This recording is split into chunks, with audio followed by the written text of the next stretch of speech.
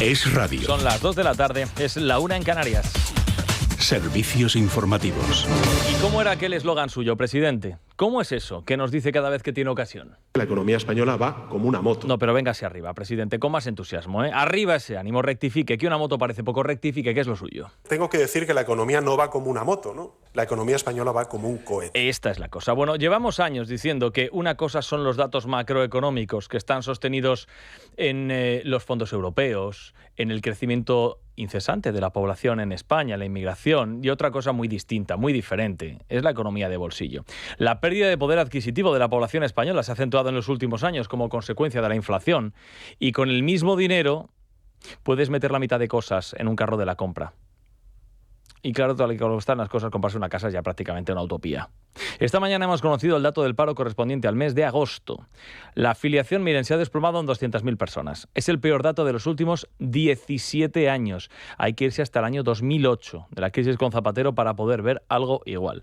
Tenemos a 600.000 personas pluriempleadas, 830.000 fijos discontinuos, de estos que no trabajan y tampoco cobran, pero no figuran como parados, 15.000 autónomos menos, 6 de cada 10 contratos son a tiempo parcial y además los sueldos son muy bajos. Pero oiga, en cohete, así que todo en orden, ¿eh? Estupendo. Bueno, luego entraremos en detalle, pero tal vez usted se esté preguntando si con estos datos se puede salir a presumir. Y como para este gobierno no hay imposibles, la vicepresidenta Yolanda Díaz ha salido a explicárnoslo como si estuviéramos en Jardín de Infancia o en un episodio de Barrio Sésamo. Como sabéis, agosto es un mes en el que históricamente se reduce el empleo. Esto se debe a la estacionalidad. Al final del verano se terminan muchos trabajos y aumenta el paro.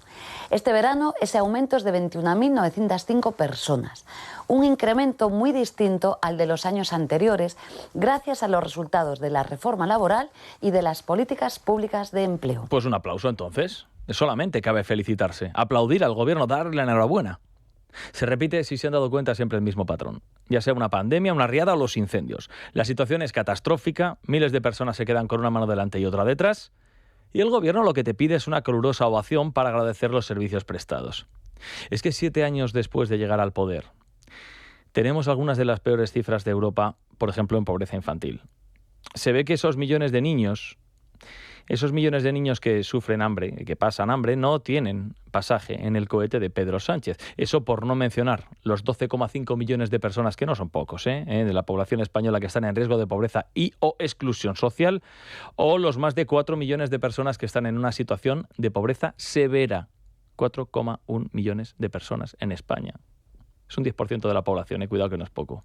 Pero ¿qué más da? ¿Qué más da si vamos todos en cohete y la economía está creciendo mucho, como nos dijo anoche el presidente en esa entrevista en Televisión Española? Hablaremos luego de los presupuestos, porque claro, decía el presidente del gobierno, ¿para qué vamos a aprobar las cuentas públicas si la economía española va tan bien? Las cuentas públicas son un medio, son un instrumento, no un fin en sí mismo.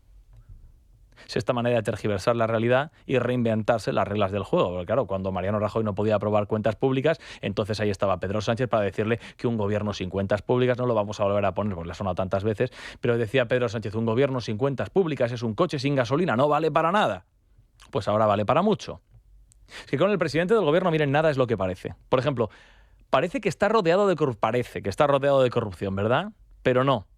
El tío dice que no tiene nada que ver. Y yo soy absolutamente incompatible con cualquier forma de corrupción. ¿Qué quiere que le diga? Pues la verdad, presidente, díganos la verdad, hombre. Cuente que si fuera compatible con la corrupción, pues no estaría en el gobierno, porque tiene a su hermano sentado en el banquillo por ser un presunto delincuente, lo mismo que su fiscal general. Si usted fuera incompatible con la corrupción, pues no tendría a su señora imputada por 5 delitos, al secretario de organización de su partido en la cárcel, pasando el veraneo ahí, o su secretario de organización, el otro y ministro camino de ella, el de transportes, es decir, Ábalos, camino también de la cárcel. Y ya de paso diga también que de sus 3 socios parlamentarios principales, uno es un malversador corrupto huido de la justicia, otro ha estado en la cárcel por el mismo delito, el primero Puigdemont, claro, el segundo Junqueras, y el tercero, Otegi, pues ha estado condenado por terrorismo. Pero todo esto siendo incompatible con la corrupción, demos gracias a Dios. Sin embargo, todo esto forma parte de una conspiración, Esta solamente habita en la cabeza del presidente del gobierno, pero se la cree, Se la cree él y se la creen también sus colaboradores más cercanos, los más cafeteros, por supuesto, y los que viven con el presidente también repiten como si fuera un salmo responsorial. Esto de que hay una asonada oculta por parte de unos poderes fácticos, económicos y la ultraderecha y todas estas cosas. Miren, ayer Ayer, ojo, en la semana de la apertura del año judicial, dijo Pedro Sánchez otra vez más que hay jueces haciendo política y que hay políticos que tratan de hacer justicia, sin duda alguna la hay. Afortunadamente es la minoría, pero la hay. Y hacen un daño terrible, un inmenso daño a la justicia. Pues miren, estamos totalmente de acuerdo. Es verdad, ¿eh? Es verdad lo que dice el presidente. No cabe ponerle ningún tipo de cortapisas. Es verdad lo que dice el presidente de que hay políticos que pretenden ejercer como jueces y que hacen un inmenso daño a la justicia. Esto es cierto. Aquí el presidente se hizo un autorretrato. Paréntesis, por cierto, no hay noticias a esta hora de que el Consejo General del Poder Judicial haya emitido nota alguna de protesta o queja ante esta acusación de lawfare y prevaricación de los jueces que hizo ayer el presidente del Gobierno de España. Cerramos paréntesis. A lo mejor lo estamos dejando para el viernes, que hay apertura del año judicial. Pero en todo caso sigue siendo curioso que vivamos en un país donde los únicos jueces que prevarican sean los que investigan la corrupción, pero solamente la que afecta a Pedro Sánchez. Los que investigan a los otros partidos, esos jueces, esos sí son seres de luz, a diferencia de estos otros que han sido seducidos por el lado oscuro de las fuerzas ultraderechistas. Miren, que hay políticos metidos a jueces, como dice el presidente, es verdad, y tiene mucha razón cuando lo dice Pedro Sánchez, porque justo después de decir esto, salió él, directamente, como es el presidente, a absolver al fiscal general del Estado solo porque es de los suyos, ya que si fuera de los otros, anda que iba a sentar indulgente. Emita sentencia antes de que lo haga el Supremo. Presidente, ¿por qué defiende tanto a García Ortiz? Porque creo en su inocencia. Porque creo que, como dijo un voto particular que hemos conocido antes de que empezara el verano, en el mes de julio, pues un magistrado del Tribunal Supremo dijo que no se puede abrir un juicio a una persona, en este caso el fiscal general del Estado, sin ninguna prueba. Fue un magistrado, ¿eh? Un magistrado el que dijo que no se podría abrir causa contra García Ortiz. Lo de los otros dos que dijeron que sí, Pedro Sánchez no te lo cuenta, no sea que la gente se entere de que consideran que cometió un delito como un piano de cola. Igual no nos damos cuenta de la gravedad cuando el presidente del Gobierno de España considera que el Tribunal Supremo del Reino de España abre causas por motivos ideológicos para perseguir a personas por su forma de pensar o por sus ideas cuando hace estas reflexiones, porque está colocando a la democracia que preside a la altura de esas repúblicas caribeñas con las que tenemos más relaciones de las que deberíamos. Claro, Pedro Sánchez dice esto, y por supuesto todos los socios encantados, los independentistas, ¿qué les vamos a contar? Ya lo decíamos nosotros, teníamos razón, no nos queréis hacer caso, etcétera, etcétera.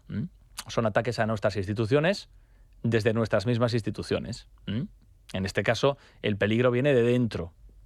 No ha cambiado nada en los últimos 7 años. Esto es lo mismo que defiende el presidente, que tiene totalmente asumido el marco mental del independentismo. Así que para completar el círculo, ahora solo queda que la justicia proceda a condenar a alguno de estos socios de Pedro Sánchez, bueno, de estos socios, no, de sus familiares directamente, y que en la siguiente entrevista, cuando sea que la conceda Pedro Sánchez, entonces empiece a denominarlos presos políticos. Y es entonces cuando ya decimos, el círculo quedará cerrado. Es noticia. Con Juan Pablo Polvorinos. Es radio.